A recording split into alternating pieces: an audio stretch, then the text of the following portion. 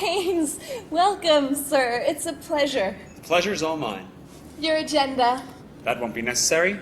I am the agenda. Tell them I've arrived. And then tell them I've arrived. And your name is?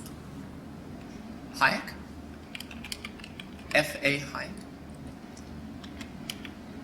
With an H.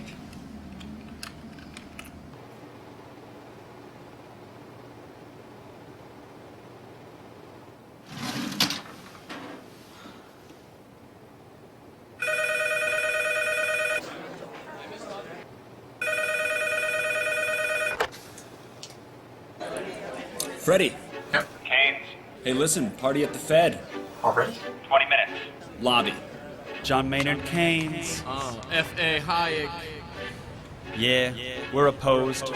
We oppose each other philosophically. In the same studio. We've been going back and forth for a century. I want to steer markets. I want them set free. There's a boom and bust cycle and good reason to fear it. Play low interest rates. It's the animal spirits. John Maynard Keynes wrote the book on modern macro. The man you need when the economy's off track. Depression, recession, now your question's in session. Have a seat and I'll school you in one simple lesson. Boom, 1929, the big crash. We didn't bounce back, economy's in the trash. Persistent unemployment, the result of sticky wages. Waiting for recovery, that's outrageous. I had a real plan, any fool can understand. The advice real simple, boost aggregate demand. C-I-G, altogether gets to Y. Keep that total growing, watch the economy fly. We've been going back and forth for a century. I want to steer markets. I want them set free. There's a boom and bust cycle and good reason to fear it. Play low interest rates. It's the animal spirit. You see, it's all about spending. Hear the register cha-ching. Circular flow, the dough is everything. So if that flow is getting low, doesn't matter the reason. We need more government spending. Now it's stimulus season, so forget about saving. Get it straight out of your head. Like I said, in the long run, we're all dead. Savings is destruction, that's the paradox of thrift. Don't keep money in your pocket or that growth will never lift. Because business is driven by the animal spirits, the bull and the bear. And there's reasons to fear its effects on capital investment, income, and growth. That's why the state should fill the gap with stimulus, both the monetary and the fiscal. They're equally correct. Public works, digging ditches, war has the same effect. Even a broken window helps the glass man have some wealth, the multiplier driving higher the economy's health. And if the central bank's interest rate policy tanks, a liquidity trap, that new money stuck in the banks. Deficits could be the cure you've been looking for. Let the spending soar, now that you know the score.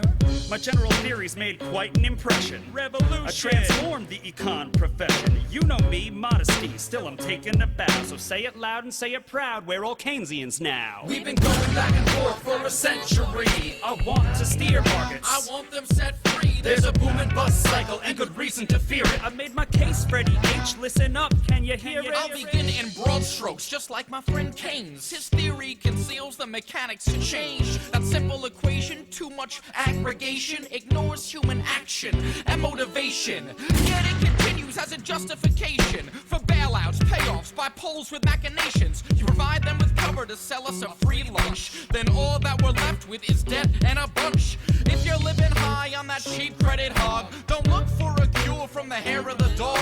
Real savings come first if you want to invest. The market coordinates time with interest. Your focus on spending is pushing on thread. In the long run, my friend, it's your theory that's dead. So sorry there, buddy, if that sounds like invective. Prepare to get schooled in my Austrian perspective. We've been going back and forth for a century. I want to steer markets. I want them set free. There's a boom and bust cycle and good reason to fear it. Play low interest rates.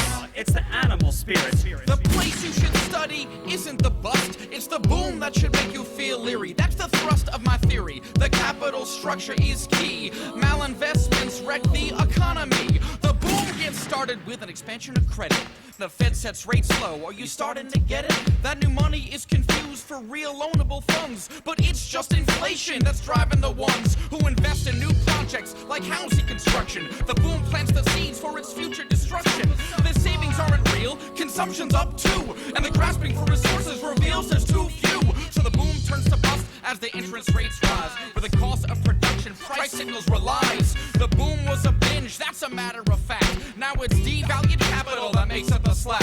Whether it's the late 20s or 2005, booming bad investments seems like they'd thrive. You must save to invest. or a bus will surely follow. An economy depressed, your so-called stimulus will make things worse. Just more of the same, more incentives perverse. And that credit crunch ain't a liquidity trap, just a broke banking system. I'm done, that's a wrap. We've been going back and forth for a century. I want to steer markets. I want them set free. There's a boom and bust cycle and good reason to fear it. Blame low interest rates. No, it's the animal spirit.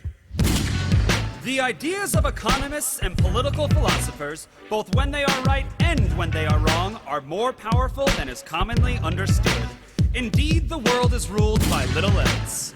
Practical men who believe themselves to be quite exempt from any intellectual influence are usually the slaves of some defunct economist. The curious task of economics is to demonstrate to men how little they really know about what they imagine they can design. They've been going back and forth for a century.